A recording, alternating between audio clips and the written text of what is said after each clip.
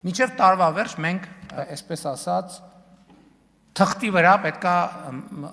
նկարագրենք բոլոր մանրամասները։ 2026 թվականի առաջին կեսին պետքա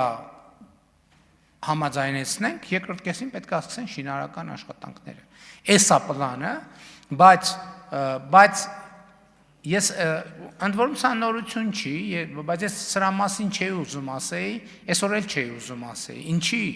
որովհետև իմ փորձը ցույց է տալիս, որ սենց պլանները միշտ ժամկետի մեջ շեղում են ունենում։ Հիմա ընդհակառակը,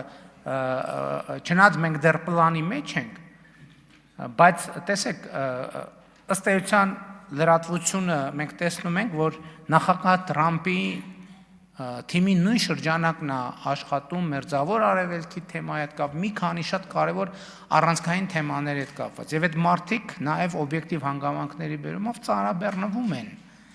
ուրիշ թեմաներով։ Մենք ամեն ինչ կանենք, որ այս ժամանակացույցը հստակ աշխատի։ Բայց ես էլ ուզում եմ, որովհետև հեսա ժամկետը գալու էլի,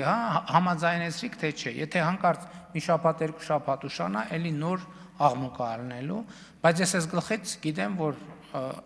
պլանները միշտ մի քիչ շեղում ունենում են, բայց ընդհանուր առմամբ ընկալումը է դա։